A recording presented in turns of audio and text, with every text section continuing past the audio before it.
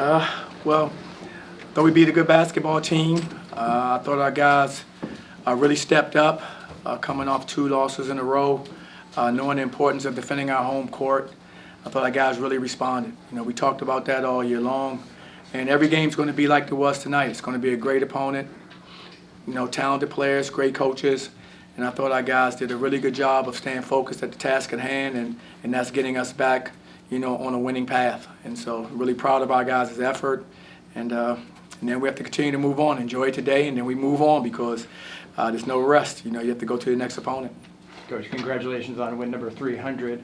Shamari Allen, him coming back tonight, I know he was probably itching to get back, probably killed him to, miss the last couple of games, but how important was he coming back and gutting things out and contributing to the win tonight? He was amazing. He's been amazing for us all season long. As I've mentioned to you guys before, it doesn't show up in the box scores always what he does for your team. He's just such a whirlwind out there. He's making plays. He's covering for guys defensively. He's blocking shots like he's a big man. Then he's out in the break. You never saw him get out there. He's the first one down the floor. Just does so many positive things for your team, and that's not to say that's not even mentioning his leadership. What a leader, too. So he's a winner. He's a heart of a champion, and I'm just so happy we have him. Your team flipped the script in some key areas versus the game the other day. Points in the paint, caused more turnovers. What did you like most about how the team responded after that loss and turned those categories around? Well, we did a lot of watching tape and doing a lot of, internally just soul searching, like what can we do to be better? And we identified some of the things you just mentioned, and I thought our guys did a really good job of focusing on those areas, focusing on, being stronger with the basketball, playing through contact maybe to get more fouls. I thought our guys did a better job, overall just being more alert defensively when we were in the half court. And then offensively, I thought we've been playing pretty well. I thought in the second half, though, in this game, we still played well. I thought a lot of the games, second half games, we've kind of, we hadn't been as good offensively. We've been a little bit stagnant. Shot selection hadn't been what I really wanted it to be. I thought tonight's game, second half, we really valued all those possessions, which made it a lot better for us. The past few times we've spoke, the topic of win number 300 has always come up. It's, you're almost there. Now that it's finally happened, has it set in yet? How are you feeling personally right now? I'm glad it's over. One, because I don't want that kind of pressure on our team, thinking that to win 300 for me, and you don't win it, then the next game get 300 for me, you don't win it, and that can build up, and put pressure on guys. It's unfair to them. I want them to concentrate on, what we're trying to do as a team, what type of season we're trying to have, and not get caught up, how many wins that is for the coach that they're playing for. So I'm glad it's over so that's no longer a factor in what we're trying to do, because our guys have great hearts, and I know they care and they want to do it for me. And we want to win because we want to win and we want to excel in the conference. And a byproduct is a win where I get my 300. It's not the other way around. So I'm happy that it's passed, so we don't have to worry about that anymore. This team's built its defensive identity throughout the season. How key was the steals, the blocks, kind of forcing those turnovers and making those plays to feed that offense and then get them back to that level? Well, they were huge. That's how we wanted to build our team. We wanted to build a team that wanted to play 94 feet, play with great energy, play with really good pace. And our strength, as I've said, is in our numbers. And so the way you utilize your numbers means you have to have confidence that you can play at least 10 players on the floor, and that's what you see us doing. We're able to play a number of players because we think they all are good and they all can help us. And that allows our energy and effort to be at max all the time, because if you're tired, we can sub you out confidently. We can put somebody in that can come in and contribute. So that's kind of what we've gone through with this season. That's what our belief has been, and we continue to think that that's the best way for this team to play. I know you guys struggled going to the line against Baylor. That was not the case tonight, but not only going to the line, but executing free throws, 28 of 32. We had the tale of 2 games, right? 1 for 7. I was amazed because I know our guys are much better free throw shooters than that. And then to come out tonight and go 28 for 32. So I was really proud of their focus. They were locked in. We spent time on the free throw line today and spent time talking about the things we have to do. And again, they were able to respond, and that's what you want to see from your team. To go through this league, it's going to be the same word every time. Respond. Because if you don't, you're going to find yourself in a bad way. And our guys did a really good job of responding in the areas they needed to for us to have a chance to win. Shamari, is he the best defender guard you've had since you've been here? I mean, you got 5 defensive rebounds, 2 blocks, 2 steals, and clearly you missed him Yes. on the court. And your defense, he's a difference maker, isn't he? No, he absolutely is, and we have to try to win when we don't have those guys, of course, because we're never gonna make excuses. And but it's great having him back. I would think he and AJ Davis and maybe Darius Perry are the 3 guys that I think are probably the 3 best defenders that I've coached since I've been here. All of those guys were amazing in their own way. AJ was kind of similar to Shamari, whereas I think Darius Perry was more of an on-ball defender. Whoever he guarded, he pretty much guarded him well. Where Shamari's all over the place, AJ's all over the place. It seems like on any given possession, they may have guarded 3 different guys. I'm like, man, he guarded him, he's guarding the big guy, and he's back on the point guard. I'm like, oh my gosh. I love it because you have to have great energy and an amazing desire to accomplish that, and he has both. The team held a ranked Oklahoma team to 37% shooting. How would you describe your defensive performance tonight? I thought we had a really good defensive effort. I thought our guys really executed the game plan. They're a very good basketball team. It's hard to slow them down. They're really good in transition to get out and run. In the half court, they have all kind of weapons, shooters, guys that can finish around the basket. So they pose all kind of unique challenges. But I thought our guys really did lock in and execute the game plan and gave us a chance tonight. For most that follow college basketball, this team has exceeded expectations. How do you evaluate where your team is at 4-5 at the halfway point of this Big 12 schedule? Again, Trace, for me, it's always the same thing. We have our own standards and our own, what am I looking for? Our own expectations. And, people are going to, put expectations on you, and they should. And you make allowances for that because you have to put people where you think they're going to go when you're ranking them. But then internally, we don't have to accept those expectations and those standards. We have to have our own.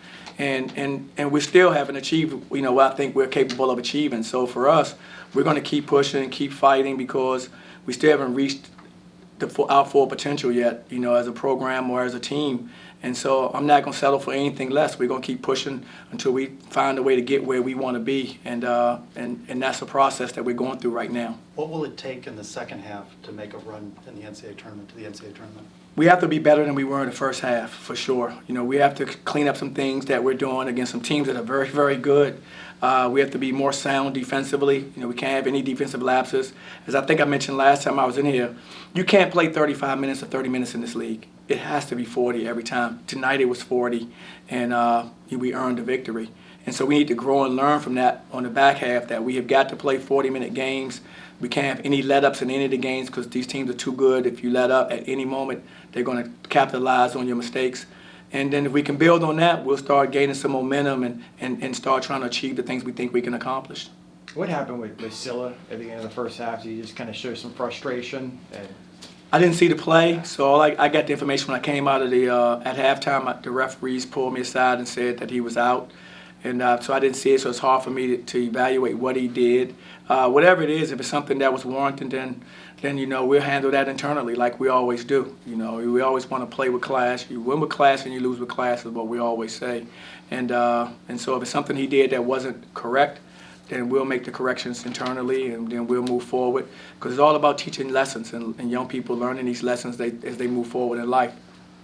Coach, you had Antoine Jones leading the way from the floor, 6 to 7, 3 or 4 from beyond the arc. What has it been like watching him evolve into kind of the starter that he was tonight? Well, I'm really happy for Antoine. He's a young man that had a tough road. If you think about what he's gone through over his career, he's never had an opportunity that he has right now. And I like to see a young man making the most out of that opportunity. Like, we believe in him and what he can do for our team and our program. And I'm happy to see him stepping up in the roles that we've been giving him. And hopefully he continues to do what he's doing because he's another piece that adds value to our program and helps makes us better. Of course, after these 300 games that already passed, you've learned a lot, definitely.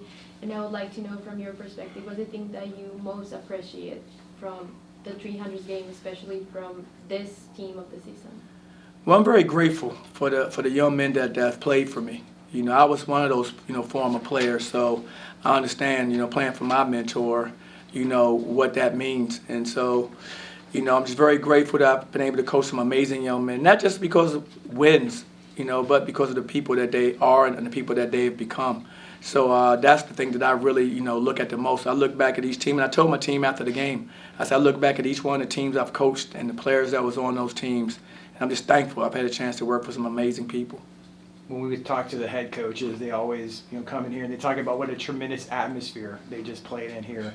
Just talk about the evolution of this, because it seems like for years we'd kind of get you going and try to, promote the game, and you want people to show up, and now it's every game is pretty much sold out. Tonight was just talk about how the fans have really stepped up during this first Big 12 season. As you said, they've stepped up.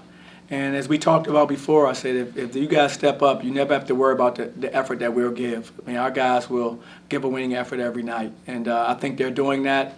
And we wouldn't be in this position, as we're talking about where we are and what we can do moving forward if it wasn't for our fans. Because the bottom line is we don't win several of these games if we didn't have them behind us. And like I said, they're truly our sixth man.